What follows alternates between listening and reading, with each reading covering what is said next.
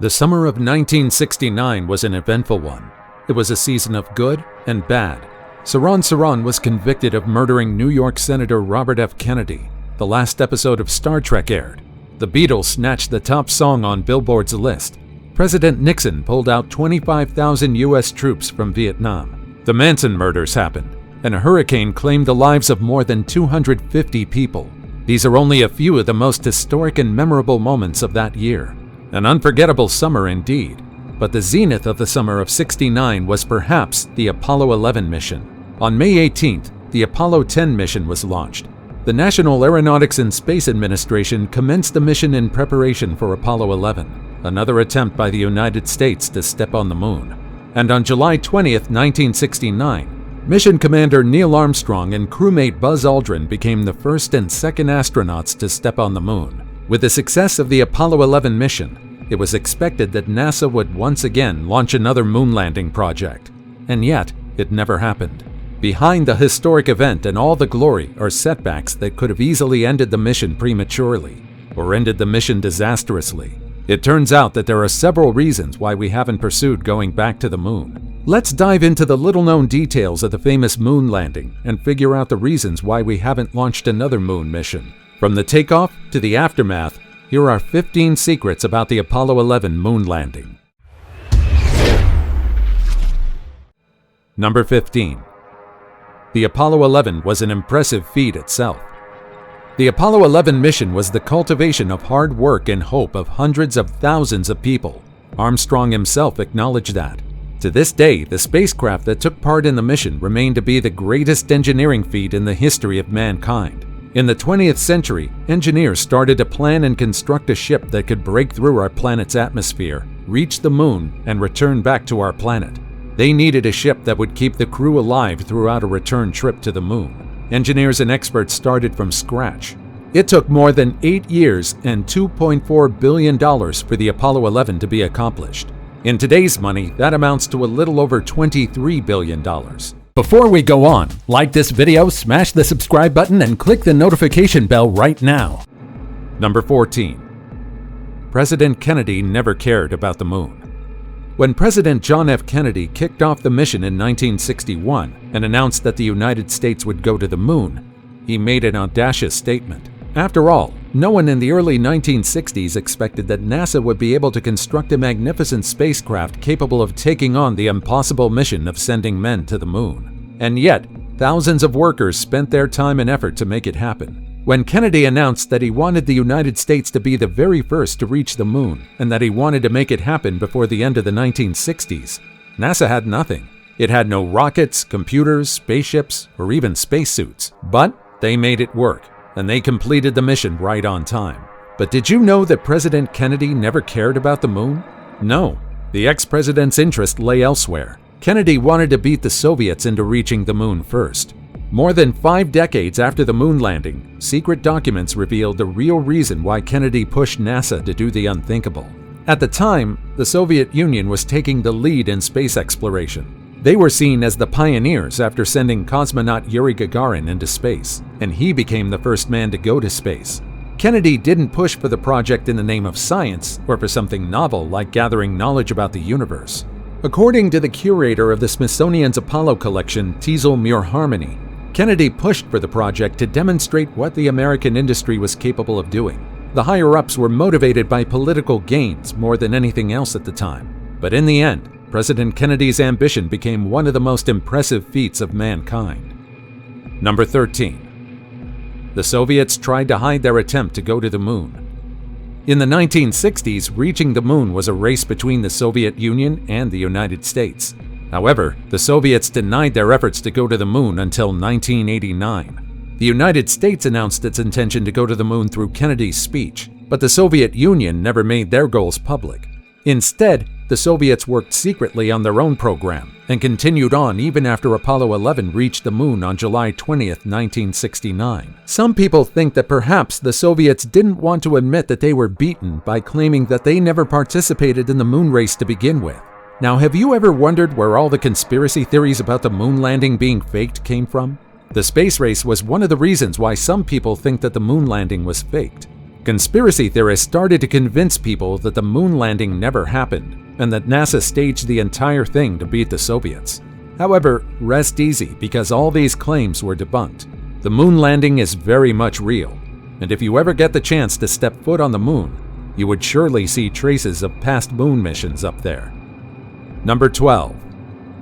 No insurance company accepted the astronauts. Most of us have insurance. It's always good to prepare for the worst after all. Usually, it's not that hard to apply for, but Neil Armstrong, Buzz Aldrin, and Michael Collins were quite different. You see, no insurance company would take you up as a client, especially if you're bound to be sent to the moon on a blasting spaceship. A lot commended their courage to embark on a space mission, but most of the insurance companies were sure they would suffer a huge loss if they made a deal with any of the astronauts. In short, they believed that they would not be returning from the mission. No one wanted to offer life insurance to the astronauts, so the three decided to be creative. The astronauts knew that there was a demand for their signatures. Online selling and auctions didn't exist back then, but they knew that regardless of their safety, their signatures would cost a lot of money. A month before Apollo 11 was set to be commenced, the three astronauts were quarantined, and they spent their time signing hundreds of covers. It was their own way of life insurance. Their postmarked autographs were supposed to be sold by their families should something happen to them in space. In the end, the Apollo 11 mission was a success. The three astronauts came home safely, and the autographs they left behind still gave enough funds to their family. Today, a single insurance autograph can cost as much as a whopping $30,000. Number 11. Spacesuits were created by a lingerie company. Everything used in the Apollo 11 mission is hailed as an engineering marvel, so many people are often stumped upon hearing that the spacesuits that Neil Armstrong and Buzz Aldrin wore during the moon landing were made by a lingerie company. Yes, you heard that right. Armstrong was wearing a custom-made spacesuit model A7L serial number 056 during the mission. At the time, it cost around $100,000, and in today's money, that would be more than $670,000. They didn't cut costs on the spacesuit. It was meant to protect the astronauts from the lunar temperature, which goes from a scorching 240 Fahrenheit in sunlight to a freezing minus 280 Fahrenheit in the shadows. This suit was also meant to shield them from solar ultraviolet radiation, which could be lethal to man. There was no room for error in the creation of the spacesuit, and even a small error in the stitching would cause it to be rejected. It was quite easy to make something that could withstand extreme temperatures and shield the astronauts from micrometeors, but the biggest challenge was making something that was flexible. The spacesuit makers were tasked to create a durable suit, but that could still give the astronauts flexibility and nimbleness. The astronauts needed to climb, bend, twist, and move their arms comfortably while on the moon. The International Latex Corporation in Dover, Delaware was the suit's creator, but the one that figured out how to solve the problem of flexibility was Playtex, a famous maker of bras and girdles in the 50s and 60s. Who knew that creators of female undergarments would solve the dilemma of a flexible spacesuit? Number 10. Astronauts trained rigorously. The making of all the tech needed to reach the moon wasn't the only daunting part of the Apollo 11 mission. The astronauts tasked to step foot on the moon also underwent extreme preparation. Armstrong, Aldrin, and Collins all underwent trips nationally and internationally to prepare their bodies for entering space. They trained in several sites, including Arizona, Texas, and Nevada. The astronauts trained and practiced collecting and analyzing rock and soil samples until it became muscle memory. They dug trenches, drove core tubes into the soil, and did other training to make sure they would be able to collect samples properly. However, the most challenging thing was to undergo the G-force training. They needed to maneuver themselves in zero gravity, and they needed to be able to do everything from moving from one place to another to planting a flag. Astronauts were suspended sideways, and they were tasked to walk along a wall to imitate the lower gravitational pull of the moon. Number 9. The Saturn V rocket almost exploded. Saturn V is a retired American super heavy-lift launch vehicle created by NASA. It was the one that launched Apollo 11 during its takeoff. However, NASA officials feared that it would blow up the spectators around the area because of an incident in 1968. At the time, Apollo 6 was launched as a test flight, and the massive rocket almost broke apart. In 1965, two engineers claimed that if an explosion ever occurred, it would create a massive fireball that was about 1,400 feet wide with temperatures of up to 2,500 degrees Fahrenheit. A lot of people gathered around the rocket in the Apollo 11 liftoff, but NASA still decided to take a few precautions. Most of the VIP guests were sealed 3.5 miles away from the pad during the liftoff, just in case something happened. Fortunately, Saturn V stayed strong, and none of the spectators around the perimeter were harmed. To this day, the mighty Saturn V is still the largest and most powerful rocket to complete its assigned mission without any deaths or problems. Number 8. Armstrong was too good of a pilot. After the liftoff, the success of the mission mostly relied on Neil Armstrong's capability. Before he was involved in the mission, Armstrong was a naval aviator, engineer, and test pilot.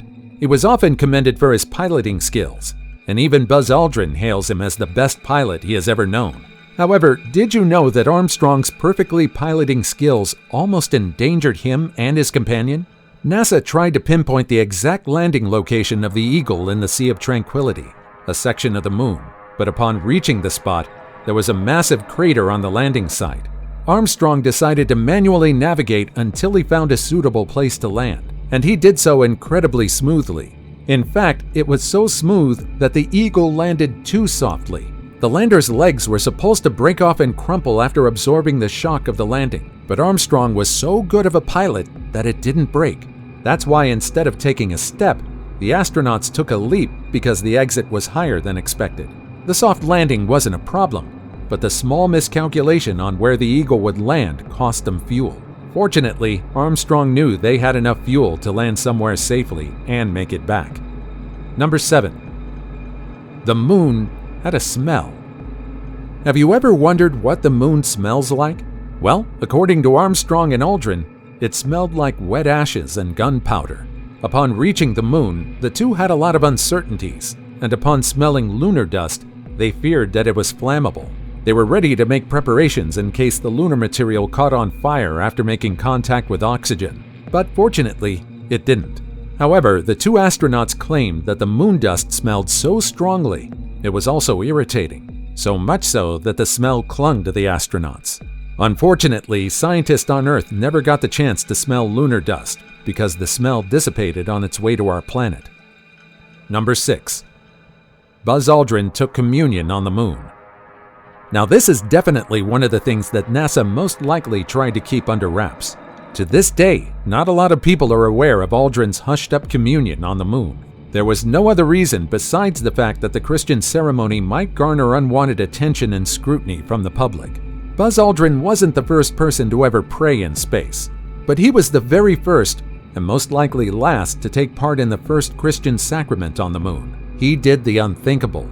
He took sacred bread and wine blessed on Earth and performed the Holy Communion on the moon. Aldrin did it while preparing to walk out of the spacecraft and be the second person to walk on the moon. As Aldrin requested for a few moments of silence and for the listeners on ground control to give thanks in their own way, Armstrong watched quietly and did not participate. NASA kept the entire thing mostly a secret in fear that it would cause the same incident as what happened on the Apollo 8 mission, when NASA was sued after astronauts read a passage from the book of Genesis. In time, it seems like many began to respect Aldrin's decision. At the end of the day, we're all living on the same Earth, looking at the same moon, and blessed by the same sun. No matter what you believe in, it doesn't change the fact that we're all humans. Number 5. The iconic line of Armstrong might have been a misquote. As a part of a historic event, the first thing that Neil Armstrong uttered on top of lunar soil became one of the most iconic lines in history. That's one small step for man, one giant leap for mankind, Armstrong claimed as he made the first step on the moon. At least, that was what watchers on Earth heard. According to Armstrong, he said something a bit different. Instead of the famous quote, he said, "That's one small step for a man." It's a tiny misquote, and it's not that big of a deal. But it's true that there is a misquote. It's just that the footage people saw didn't clearly pick up the exact words that Armstrong said on the moon. It doesn't really matter what he said, but Armstrong wanted to make sure that he got his grammar right by including the indefinite article. However, the audio recording proved otherwise. After a while, even Armstrong himself started to doubt what he actually said. Fortunately, in 2006, a computer programmer named Peter Shanford analyzed the recording. he found out that there was a brief and unintelligible sound between the words "for" and "man." So I guess in the end, Neil Armstrong said the statement correctly. And now it's time for today's topic. This is why NASA never returned to the moon. Years after the Apollo 11 mission, UFOologists and conspiracy theorists on the internet claimed that NASA took more from the moon than just lunar dust and space rocks. They claim that the administration also recovered the remains of an alien, which they continue to hide to this day. More than 5 decades after the moon landing, we still haven't found life on our satellite. But many believe that the higher-ups know something that we don't. Do you believe that there really is life on the moon? Or is this nothing but another hoax? As always, comment down below with the hashtag today's topic, and let us know your opinion about what we just showed on screen. With that said, let's keep things moving. Number 4. Neil and Buzz were almost stranded on the moon. To this day, not a lot of people are aware that Neil Armstrong and Buzz Aldrin were almost stranded on the moon. After the historic moonwalk on July 20th, 1969, the 2 astronauts were preparing to return to command from their lunar module when they suddenly noticed a small switch on the ground. It came from the broken tip of a circuit breaker. The switch accidentally broke while Buzz and Neil were putting on their life support system backpack. And that small mishap could have left them stranded on the moon with no way to go back to Earth. After all, the small circuit breaker switch was needed for takeoff. The 2 astronauts immediately alerted ground control about it, but they remained calm. The solution to their problem was quite unexpected. As an engineer, Buzz figured out an unlikely way to make the broken circuit breaker work: a felt-tip pen. Buzz pressed the circuit breaker in, closed it, and made it work. They delivered the good news to ground control, and everything went smoothly. The ascent engine worked, and they were blasted off the moon. But the challenges of a safe touchdown on Earth didn't end there. After a long flight of 195 hours, 18 minutes, and 35 seconds, Apollo 11 touched down in the Pacific Ocean. Its landing was supposed to be documented by the recovery ship USS Hornet, but bad weather made the Apollo 11 land 13 miles further than the ship. This small change could have ended in a disaster, but fortunately, Buzz and Neil came out safe. Number 3. The astronauts were quarantined after reaching home. The hardest parts were over, but the astronauts couldn't rest just yet. Before they could go back home and reunite with their families, they had to be quarantined. Although many believe it's quite impossible that there's life on the moon, NASA still wanted to be safe. Neil Armstrong, Buzz Aldrin, and Michael Collins were all quarantined for 21 days after their historic mission to the moon. NASA claimed that this was a necessary action in case the 3 were exposed to lunar bacteria or other harmful unknown elements. Neil even celebrated his birthday in quarantine. NASA made sure to prepare though. Even though he was under restriction, Armstrong celebrated his birthday with festivities. He had a surprise birthday party with a cake made by the Lunar Receiving Laboratory at what is now Johnson Space Center. Meanwhile, doctors kept a close eye on the astronauts, and experts analyzed all the lunar material they recovered from the Apollo 11 mission. After 21 long days, the astronauts were finally cleared and were given the go signal to return home. Luckily, it seemed like no pathogen or lunar bacteria decided to hitchhike with the astronauts on their way back to Earth. I don't think we could handle an outbreak of moon sickness just yet. Number 2. Our traces on the moon. It seems like all of us have the inherent desire to mark places that we've reached before. Travelers often leave behind marks or signs in places they go, while some opt to collect souvenirs to remember the place they visited. Likewise, astronauts also leave something behind in all the places they go to in space. Many think that the only thing Apollo 11 left behind on the moon was the flag of the United States. However, the mission left more human traces on the moon. For one, the footprints left behind by Armstrong and Aldrin are still on the moon. There's no weather on the satellite after all, and there's a chance that the footprints could last almost as long as the moon itself. Part of the landing module stage was also left behind. One of its legs contained a plaque that read, "Here men from the planet Earth first set foot on the moon July 1969 AD. We came in peace for all mankind." I guess it was important to clarify that we came in peace, just in case extraterrestrial creatures stumble upon it. There are also all sorts of tools and trash left behind on the moon. The astronauts of the Apollo 11 mission had no choice but to discard all of their insignificant belongings to lessen the weight carried by the spacecraft. They left behind the hammers, scoops, and human waste, 96 bags of it. So yes, one of the things we left behind on the moon was human excrement. Number 1. Everyone expected a disaster. In the 1960s, iPads, tablets, AIs, and all other technology that we have access to today didn't exist. That's why many expected the mission to fail. After all, reaching the moon was such an incredible feat that it almost sounded impossible. Activists opposed the funding of the mission, claiming that it was unrealistic and that the money could be used elsewhere. Some people didn't express their negative thoughts so openly, but they believed that the mission would be a disaster. However, the general public wasn't the only one who had doubts about the mission's success. Even President Richard Nixon himself was ready should the Apollo 11 mission fail. Before the mission reached its conclusion, presidential speechwriter William Safire prepared a speech for President Nixon. It was a statement that should have been said if the mission ended in a catastrophe. It involved discussing the risks of space travel and perhaps acknowledging Neil Armstrong, Buzz Aldrin, and Michael Collins. Many waited for Apollo 11's takeoff from the moon with bated breath. Many believed that the mission was a one-way ticket and that the astronauts wouldn't be able to return back. Fortunately, this space failure speech will forever remain undelivered. It might take a while before we embark on another iconic space mission, but day by day we continue to learn more about the universe we live in, thanks to astronauts and the space probes that roam in space. Besides, we are but a speck of dust in the galaxy, and it's far too ambitious for us to know everything there is to know about the universe. For now, we'll take our time and unravel the mysteries one step at a time. Let's keep the discussion going and share your most surprising space fact in the comments down below. Also, check out our other cool stuff showing up on the screen right now, and I'll see you in the next video. Take care, everybody.